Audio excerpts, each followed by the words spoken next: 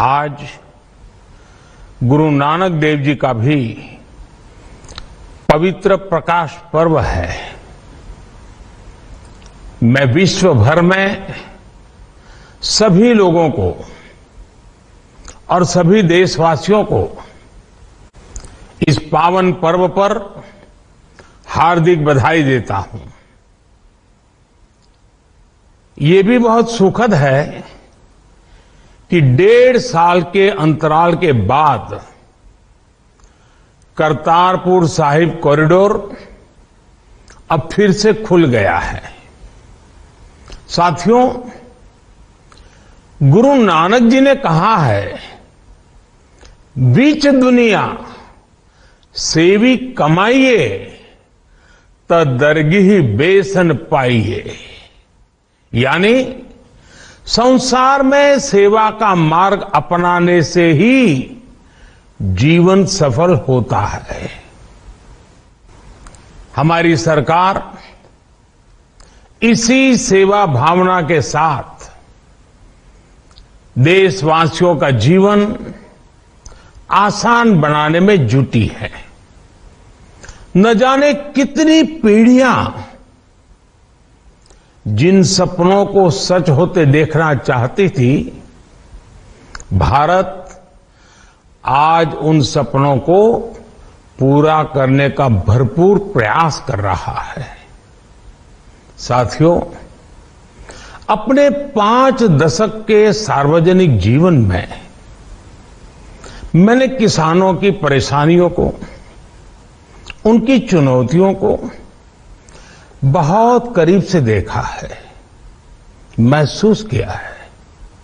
इसलिए जब देश ने मुझे 2014 में प्रधानमंत्री के रूप में सेवा का अवसर दिया, तो हमने कृषि विकास, किसान कल्याण को सर्वोच्च प्राथमिकता दी।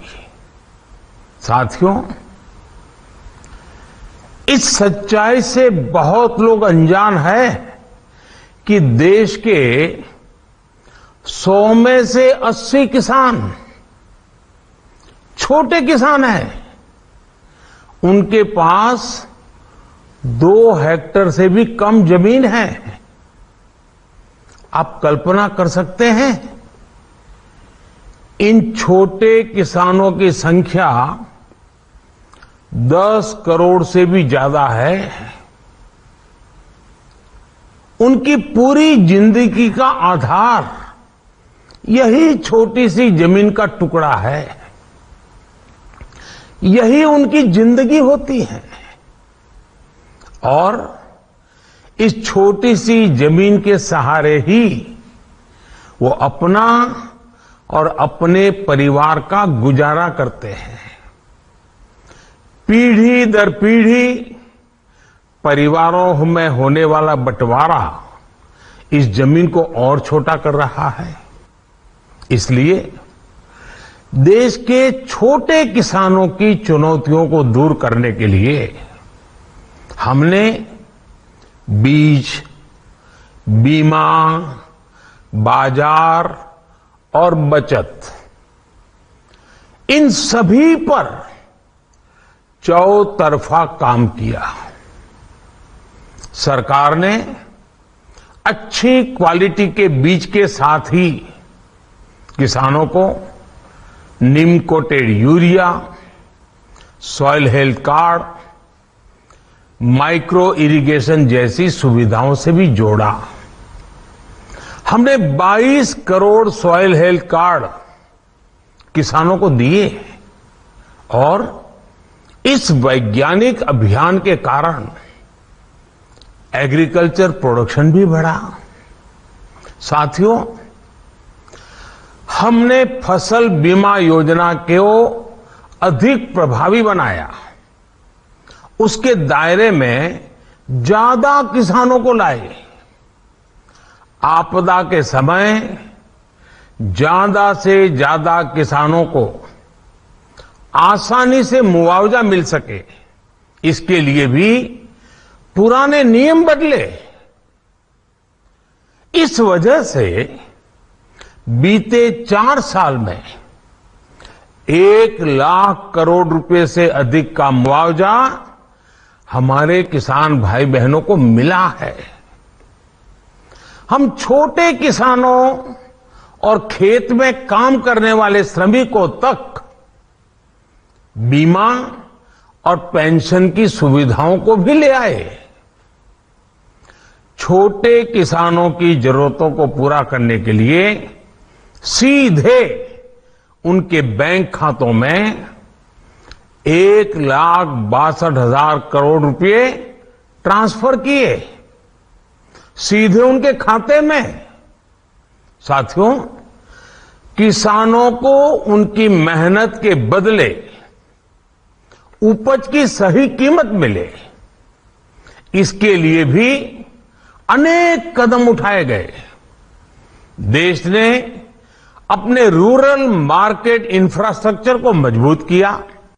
हमने एमएसपी तो बढ़ाई है, साथ ही साथ रिकॉर्ड सरकारी खरीद केंद्र भी बनाए।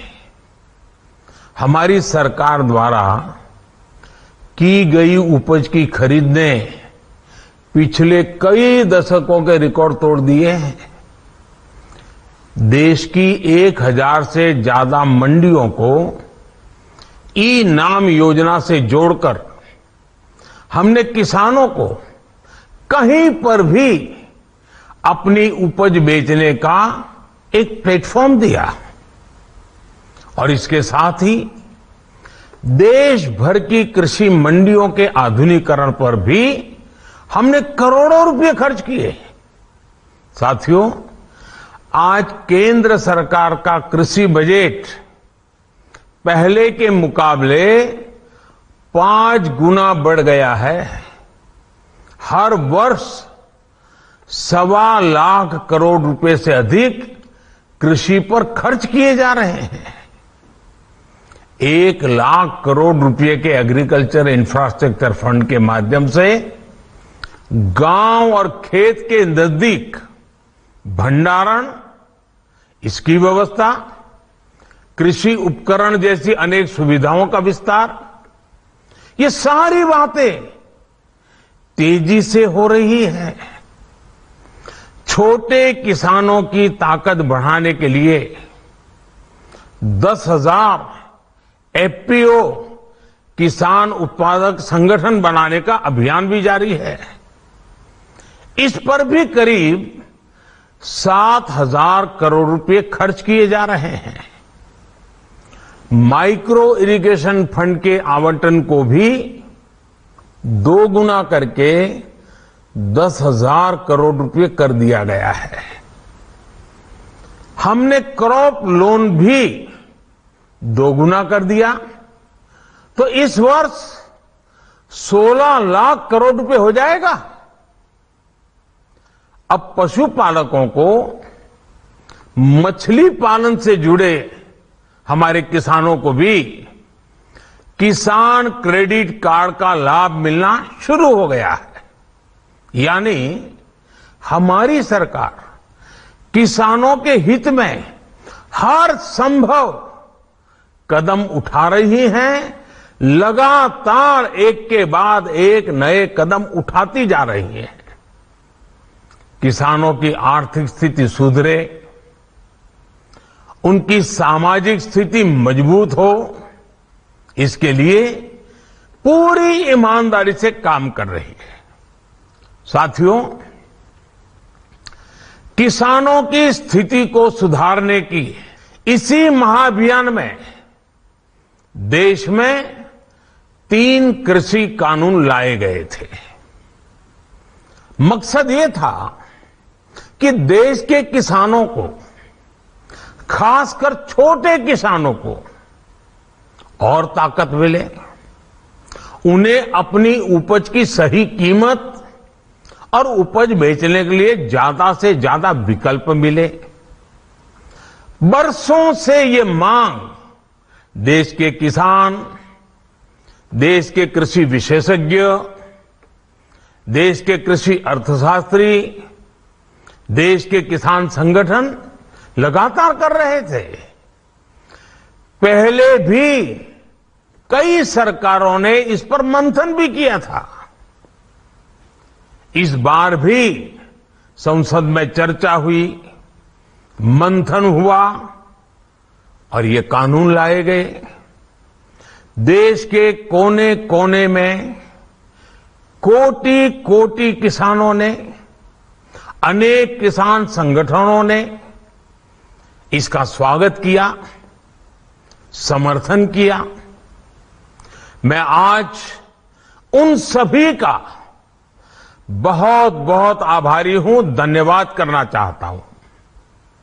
साथियों, हमारी सरकार किसानों के कल्याण के लिए, खासकर छोटे किसानों के कल्याण के लिए, देश के कृषि जगत के हित में, देश के हित में, गांव गरीब के उज्जवल भविष्य के लिए पूरी सत्यनिष्ठा से, किसानों के प्रति पूर्ण समर्पण भाव से, नेक नियत से ये कानून लेकर आई थी। लेकिन इतनी पवित्र बात, पूर्ण रूप से शुद्ध किसानों के हित की बात, हम अपने प्रयासों के बावजूद कुछ किसानों को समझा नहीं पाए। भले ही किसानों का एक वर्ग ही विरोध कर रहा था, लेकिन फिर भी ये हमारे लिए महत्वपूर्ण था। कृषि अर्थशास्त्रियों ने, वैज्ञानिकों ने, प्रगतिशील किसानों ने भी उन्हें कृषि कानूनों के महत्व को समझाने का भरपूर प्रयास भी किया। हम पूरी विनम्रता से, खुले मन से उन्हें समझाते रहे। अनेक माध्यमों से व्यक्तिगत और सामूहिक बातचीत भी लगातार होती रही। हमने किसानों की बातों को, उनके तर्क को समझने में भी कोई कोर कसर बाकी नहीं छोड़ी। कानून के जिन प्रावधानों पर उन्हें ऐतराज था, सरकार उन्हें बदलने के लिए भी तैयार हो गई। 2 साल तक हमने इन कानूनों को सस्पेंड करने का भी प्रस्ताव दिया। इसी दौरान ये विषय माननीय सर्वोच्च न्यायालय के पास भी चला गया। ये सारी बातें देश के सामने है, इसलिए मैं इनके अधिक विस्तार में नहीं जाऊंगा। साथियों, मैं आज देशवासियों से क्षमा मांगते हुए सच्चे मन से और पवित्र हृदय से कहना चाहता हूं कि शायद हमारी तपस्या में ही कोई कमी रही होगी, जिसके कारण दिए के प्रकाश जैसा सत्य